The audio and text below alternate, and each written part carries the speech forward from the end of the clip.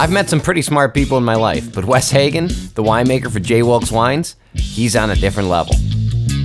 How you doing, man? I'm doing good. Welcome to the vineyard. Thanks for having us out. We can see the beautiful Santa Maria Valley behind us. This is kind of a place that's sort of the heart and soul of Santa Barbara winemaking. If you're looking for wines that are elegant, restrained, more European in style, if you're looking for something complex, if you're looking for something that really represents the soil it comes from, I don't think it gets better for the money than Santa Barbara County. What is your background? How did you get into this in the first place? Well, I was a high school English teacher, and the kids drove me to drink, and I went pro. Got a call from my mom and my stepfather, said, we just bought a piece of property near Lompoc, and I worked there as the vineyard manager and the winemaker for about 22 years with my wife, Chanda.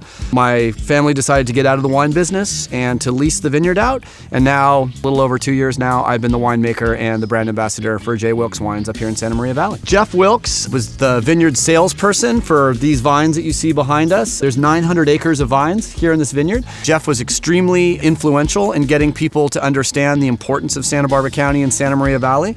2010, Jeff actually passed away at the age of 56, which was a huge tragedy for all of us. And now we've kept the brand alive, hoping that not only are we celebrating Jeff's legacy and what he did for Santa Barbara County winemaking, but also to put out delicious, balanced, high-value wines. Beautiful way to be honored for Jeff. And I know a big thing for him was, wine is all about the people you share it with. I always say that it's far more important who we drink with than what we drink. I'd rather drink Lucky Lager with my boys than Romani Conti with my enemies. Unless it's a really great vintage, then I'll put up with their Doucherie for 3 years. We're going to talk today, I think, a little bit about Pinot and Chardonnay. Tell me a little bit about your philosophy behind what those grapes should be. Well, Sideways was 12 years ago. That weird movie really brought all these people up that we'd never seen before in busloads.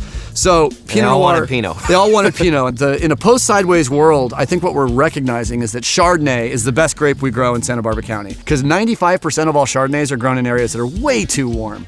So I'm going to go on the record to say the best grape we grow in Santa Barbara, both in the Santa Rita Hills and Santa Maria Valley, Chardonnay is the best grape we grow. It's the most expressive. You can do whatever you want it. Chardonnay is sort of like the editorial model of the wine world. It's not so much about her, but the clothes you hang on her. If it was a woman, I'd want her in a little black dress. No couture, no big sort of Carmen Miranda hat. Showing off the quality of the grapes and the quality of the place where they're grown. With Pinot Noir, we're about 25 to 30% new French oak as well. The Pinot Noir here, a lot of it in the Santa Maria Valley is old vine. So we have a lot of sources for our fruit that really do produce amazingly intense Pinot Noir.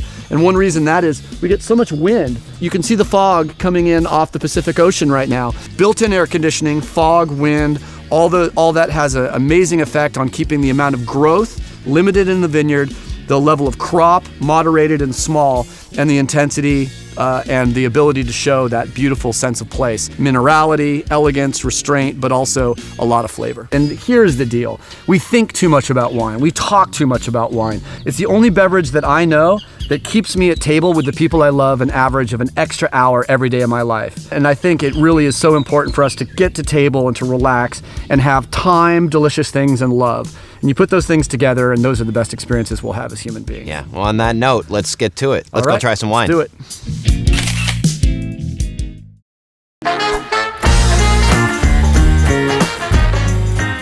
All right, rock and roll. Let's do it. We're going pirate style. Arg. Barrels and all. All right, so this is a brand new vintage of Santa Maria Valley Pinot Noir. This is from a single vineyard. This wine is about 5 months old. To read the barrel, it says 2007, 23rd barrel. Francois Ferrer is the name of the barrel builder in France from the Vosges forest, and it is a heavy toast barrel. So that gives you kind of an idea on how to read the barrel. It has some very nice color to it. Pinot Noir can be very, very light color, somewhere between garnet and ruby.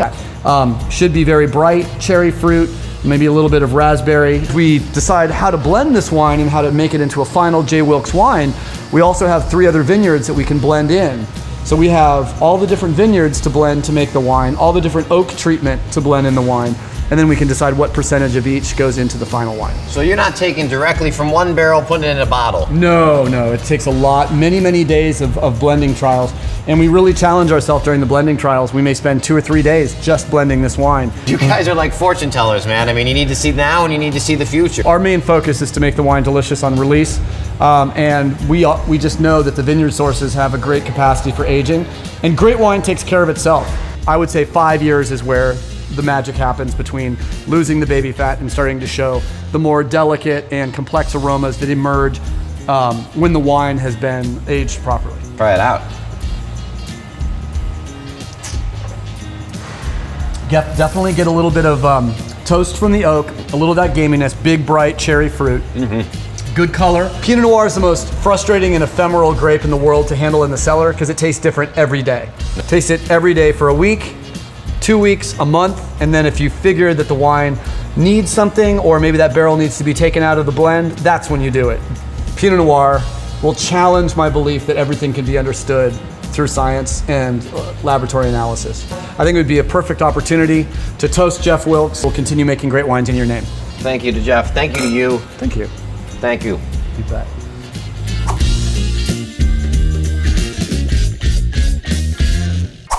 Get the wine, full episodes, and more at viasforvino.com.